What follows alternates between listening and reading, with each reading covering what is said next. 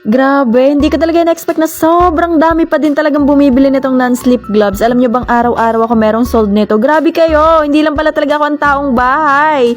So eto na nga, last year kasi napagdesisyonan ko maghanap ng non-slip gloves dito sa TikTok. Gusto ko kasi yung mura tapos yung quality is maganda talaga. So eto yung nakita ko at until now guys, ginagamit ko talaga siya at hindi talaga ako mapapahiya sa inyo kapag nangangailangan din kayo ng mga ganito. So ginagamit ko siya especially pag naglalaba ako. Yan, kagaya niya, nagkukusot talaga ako niya ng mga damit. Lahat kinukusot ko muna. Tas kapag may mancha, ginagamitin ko ng Zonrox. So matapang ang Zonrox. Ang nangyayari sa palad ko, nagtutuklapan o nagtatanggalan. Ayoko ng ganon. Aywan ko ba kung ako lang pag gumagamit ng matatapang ng mga detergent. Ganon.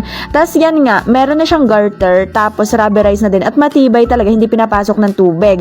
Plus, pwede din gamitin pag naguhugas ng pinggan at paglilinis ng CR. Bongga talaga yung gloves na yan. Tas wala pang 100 pesos yan, kaya dinadamihan ko na pag nag-check. By the way, size medium yung suot ko at meron pang isang kulay na pwede nyong pagpilian. Andyan yung link kung gusto nyo din.